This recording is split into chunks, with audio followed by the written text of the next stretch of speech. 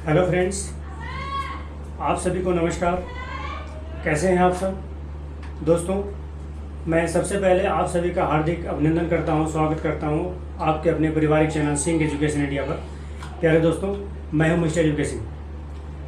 दोस्तों, किसी भी परीक्षा की तैयारी कैसे की जाती है, परीक्षा की तैयारी के क्या मेन टारगेट होना चाहिए, उसके स्तंभ की तैयारी हमें किस प्रकार से करनी चाहिए, चाहे वो बिहार सिविल कोड का एग्ज़ाम हो, चाहे रेलवे का एग्ज़ाम हो, एसएससी का एग्ज़ाम हो, बैंक का एग्ज़ाम हो या पुलिस डिपार्टमेंट का एग्ज़ाम हो। हमें किसी भी एग्ज़ाम की तैयारी के लिए कुछ स्मार्ट स्ट्रेटजी का प्रयोग करना पड़ता है, कुछ आधुनिक तरीके अपनाने पड़ते हैं और हार्ड वर्क करना पड़ता है। तभी हम किसी भी परीक्षा की तैयारी को उत्तीर्ण कर पाते हैं और हमारा सिलेक्शन हो पाता है। दोस्तों, एक उदाहरण के द्वारा मैं आप सभी को बता देना चाहता हूँ। आप सभी इस बात से अवगत हैं कि जो महाभारत का युद्ध हुआ कौरव और पांडव के बीच, 5 पांडव थे और कौरव 100 थे, लेकिन 5 पांडव ने शुरू से लेकर अंत तक जो है ना लड़ाई लड़ी और विजय को प्राप्त किया।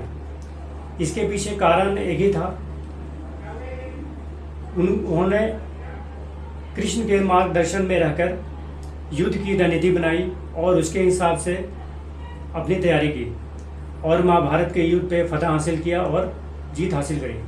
तो दोस्तों, किसी भी युद्ध को जीतने के लिए हमें उसकी रणनीति बनानी पड़ती है और उस पर हमें काम करना पड़ता है, तभी हमें विजय प्राप्त होता है। तो आइए समझते हैं कि किसी भी परीक्षा की तैयारी के लिए हमें क्या मेन स्टेप उठाने चाहिए और किस प्रकार से परीक्षा की तैयारी करनी चाहिए। सबसे पहले दोस्तों, हम समझते हैं तैयारी के स्तंभ को। तैयारी के स्तंभ में हमारा सबसे पहले आता है टारगेट। टारगेट का मतलब होता है लक्ष्य, यानी कि हमें किसी भी चीज़ को प्राप्त करने के लिए, वहाँ पर पहुँचने के लिए हमें अपना एक लक्ष्य निर्धारित करना पड़ता है, एक टारगेट बनाना पड़ता है। तो तैयारी के स्तंभ में हमारा सबसे पहले है टारगेट, उसके बाद है स्मार्ट स्ट्रेटजी और उसके बाद है प्रैक्टिस, यानी कि अभ्यास करना। अब हम इन तीनों पर किस प्रकार से अमल करेंगे और किस प्रकार से परीक्षा की तैयारी करेंगे, एक एक पॉइंट को आप ध्यान से समझिए और ठीक इसी प्रकार से जो है आप जिस भी प्रकार की परीक्षा की तैयारी कर रहे हो उसमें लग जाइए।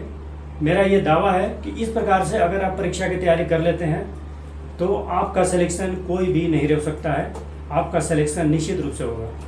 तो आइए समझते हैं। सबसे पहले हम टारगेट बनाते हैं लिखित परीक्षा की, यानी कि हमारा जो लिखित परीक्षा होता है दोस्तों, तो सबसे पहले हमें उसका टारगेट बनाना चाहिए कि हमें कितने नंबर प्राप्त करने हैं और हमें इस बात का ध्यान रखना चाहिए कि हम किस कैटेगरी से बिलोंग करते हैं। यानी कि जो जनरल वाले हैं उनको सबसे ज़्यादा नंबर लाने होते हैं, ओबीसी वालों को, एसटी एससी वालों को थोड़ा सा छूट मिल जाता है। तो सबसे पहले हमें अपने कैटेगरी को ध्यान में रखते हुए अपना एक टारगेट बना लेना चाहिए लिखित परीक्षा का। लिखित परीक्षा का हमें अपना टारगेट 75 प्लस का बनाना चाहिए, यानी कि हमें 75 प्लस अंक किस प्रकार से लाने होंगे, उसके लिए हमें किस प्रकार से पढ़ाई करनी होगी। उसके बाद जो हमारा इंटरव्यू होता है 15 नंबर का,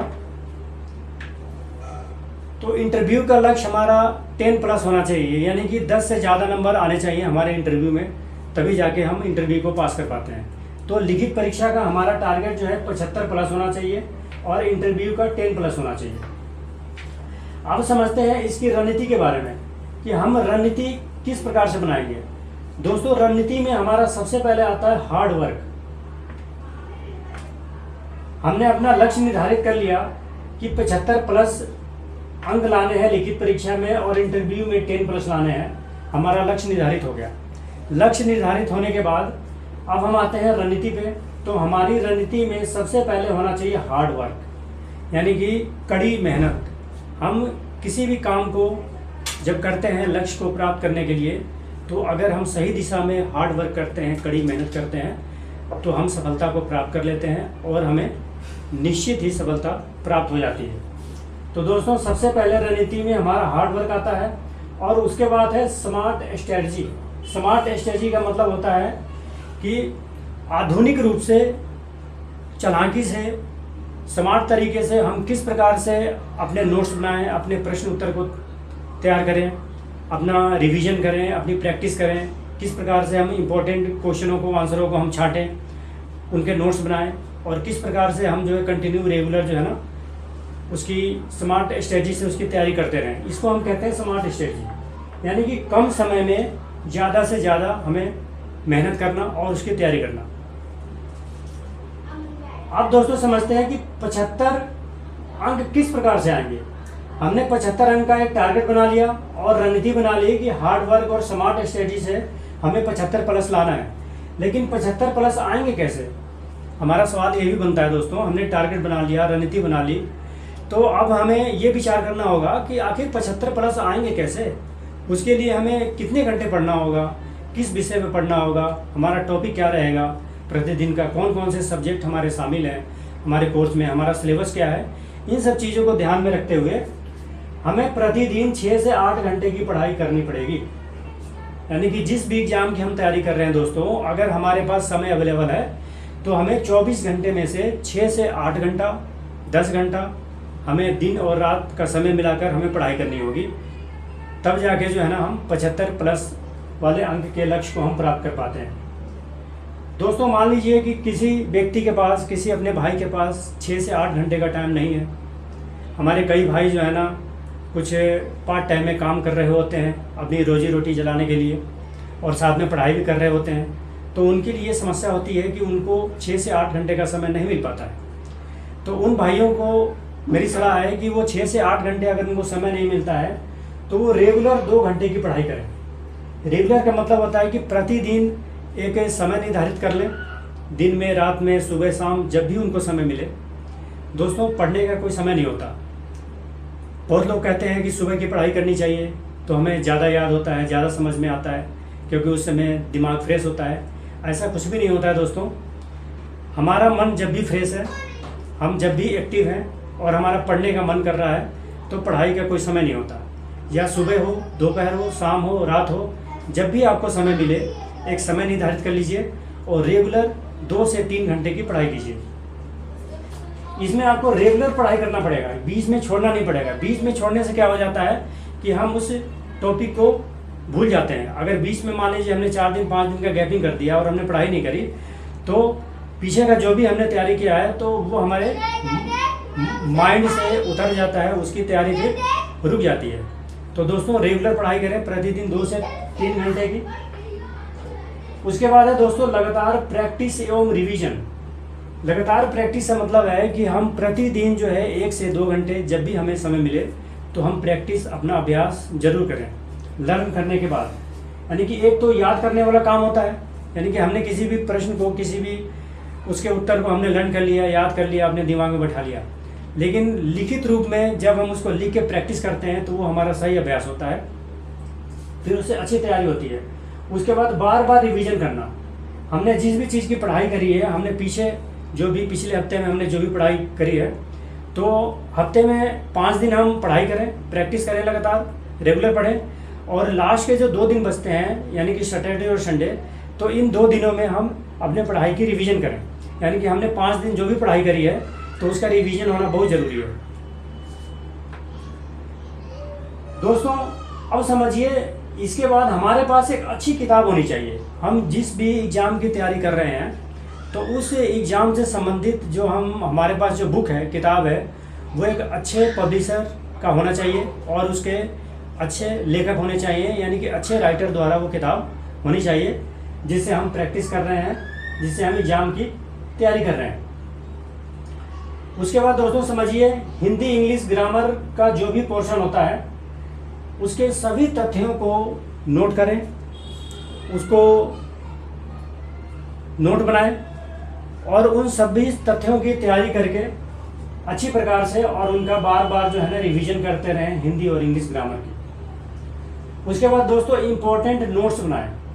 इम्पोर्टेंट नोट्स का मतलब होता है कि हम जब भी पढ़ाई कर रहे हैं, हमने मान लीजिए 2 घंटे पढ़ा या 5 घंटे, 6 घंटे पढ़ा, तो उसमें हमें जो भी पॉइंट, जो भी टॉपिक हमें इम्पोर्टेंट लगे उसको हमें मार्कर से मार्क कर देना चाहिए और उसको अलग रजिस्टर पे जो है ना इम्पोर्टेंट नोट्स के रूप में नोट कर लेना चाहिए और फिर बार बार फिर उसका रिवीजन करना चाहिए।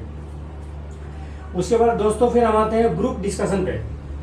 दोस्तों ग्रुप डिस्कशन भी एक जनरल नॉलेज का और अपनी एक पढ़ाई को जारी रखने का जो है एक अच्छा तरीका है। मान लीजिए आप 2-4 दोस्तों के साथ कहीं बैठे हुए हैं, तो वहाँ पर अपने समय को बर्बाद मत कीजिए, अपने समय को ज़ाया मत कीजिए।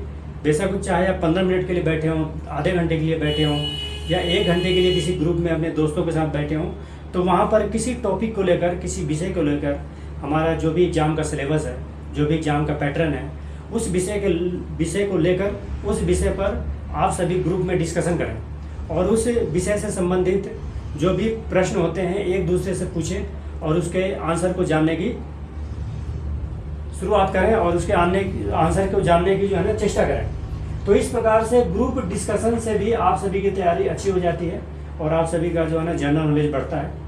तो दोस्तों, आप सब समझ गए होंगे कि किसी भी परीक्षा की तैयारी करने के लिए हमारे पास किस प्रकार की स्मार्ट स्ट्रेटजी होनी चाहिए, हमें किस प्रकार से उसका लक्ष्य बनाना है, किस प्रकार से हार्ड वर्क करनी है, किस प्रकार से प्रैक्टिस करनी है और कितने घंटे की पढ़ाई करनी है प्रतिदिन।